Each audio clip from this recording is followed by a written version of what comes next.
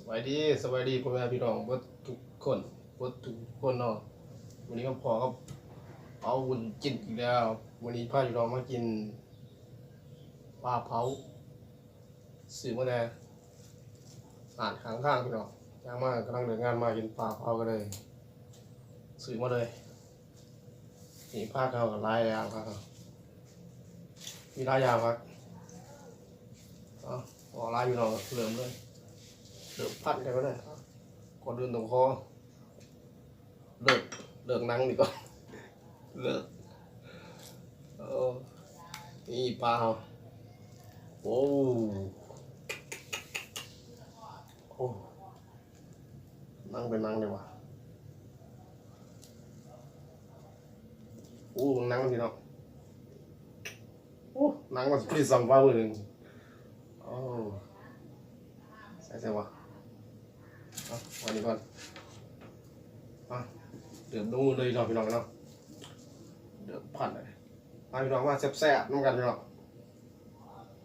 แซ่บๆหมดมีหลายอย่างฟังกันเลย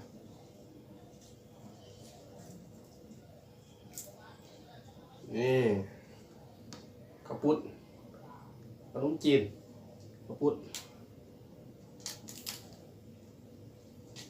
ภาษาไทยเอิ้นขนมจีนแจ่วน้ำจิ้ม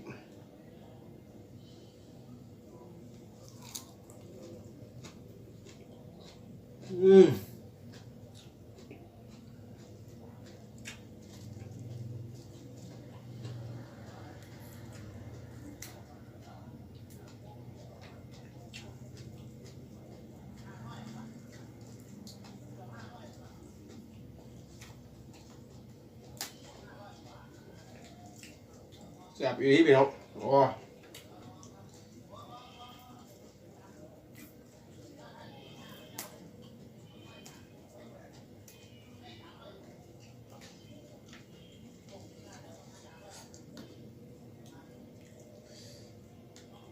แซ่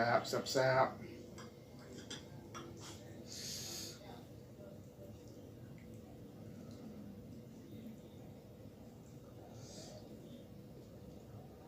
มีหลายอย่างเลยวะ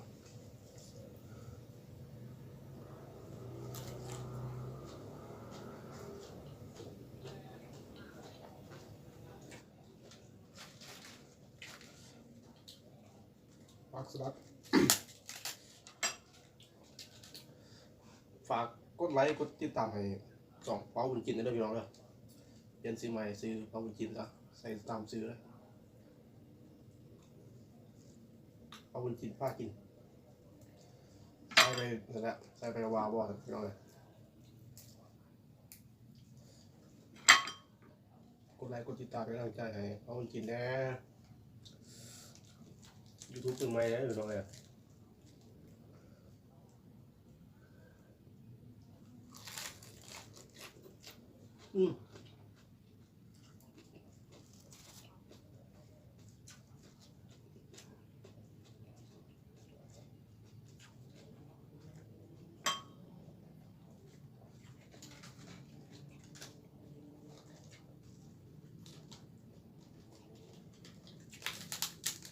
กาดชัวก็หอมหอมแล้วใส่เป็นเนื้อผักสะระแหน่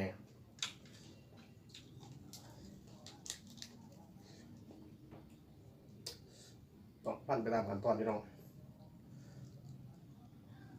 นี่ปั้นเขาเลย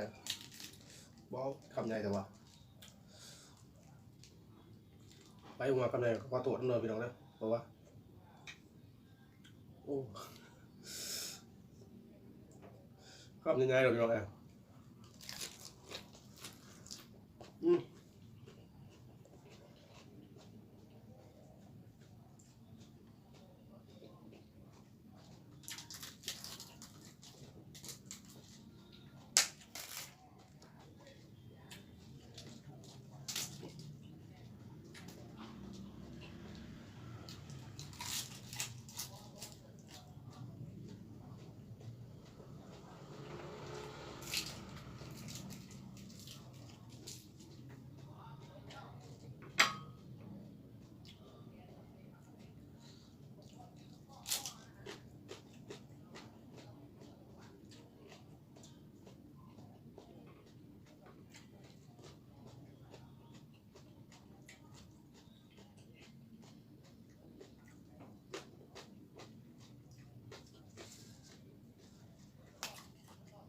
ไอ้แก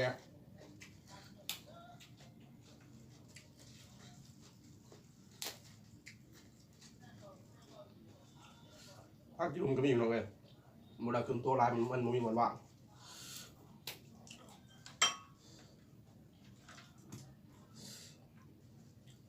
มันมีหวานว่างเนี่ยขึ้นใหม่สมัยก่อน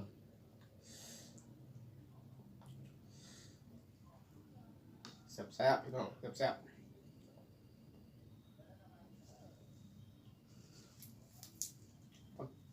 ผักของจีนผักซีไปเลยภาษาไทยเป็นผักซีไปเลย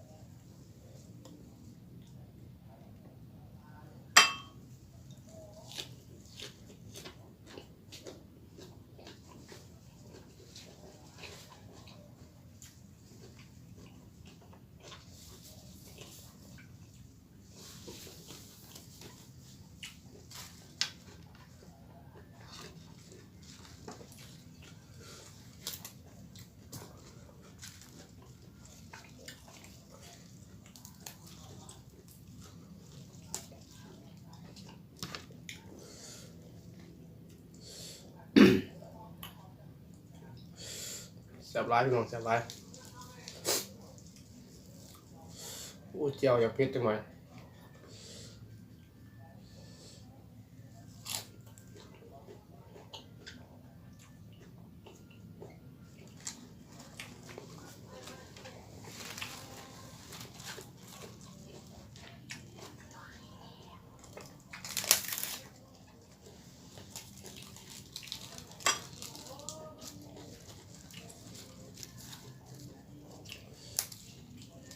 กินผู้เดียวคือเกาพี่น้องเลยปลาตูไงซื้อมาไหนตู้เท่าไหร่ปะ200มั้งกี่เท่าไหร่200เนี่ยว้าคือคำใหญ่ตัววะอ่ะพี่น้องเลยเดี๋ยวว่ากันเด้อ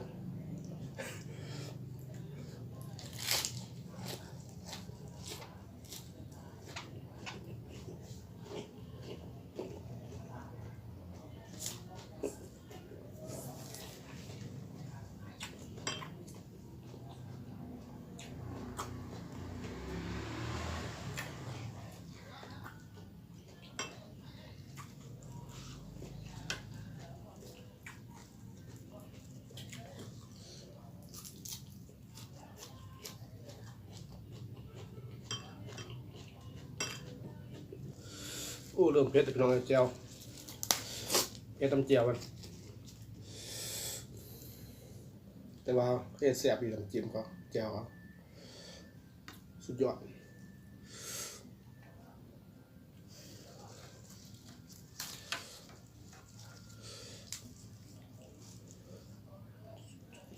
สุดยอด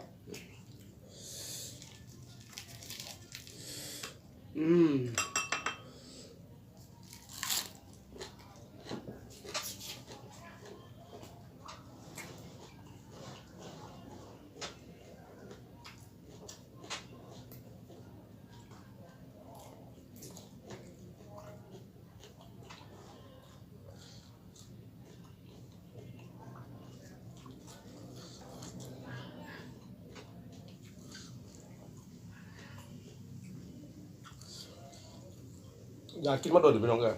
เขาเปิดขายในเตียงวันนี้เขาเปิดแล้วได้ซื้อมากินซะรายการสะสมกับความอยาก โอ้เผ็ดแล้วอีกแล้วเริ่มเผ็ดมาแล้ว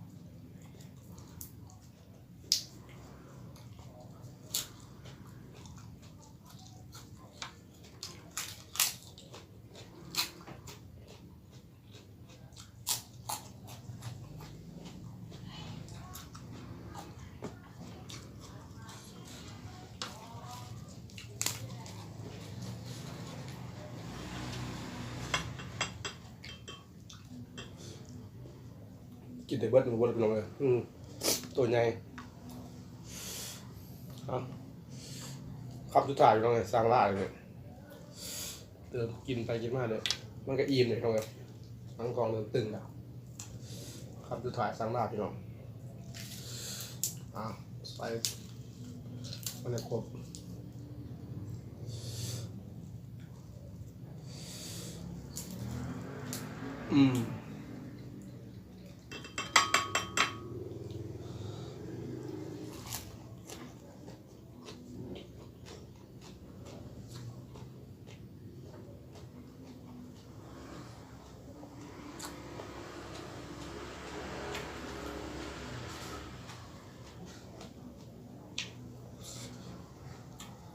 สำหรับคลิปนี้ขอยกพี่น้องเพียงตัวนี้ครับพี่น้องเรา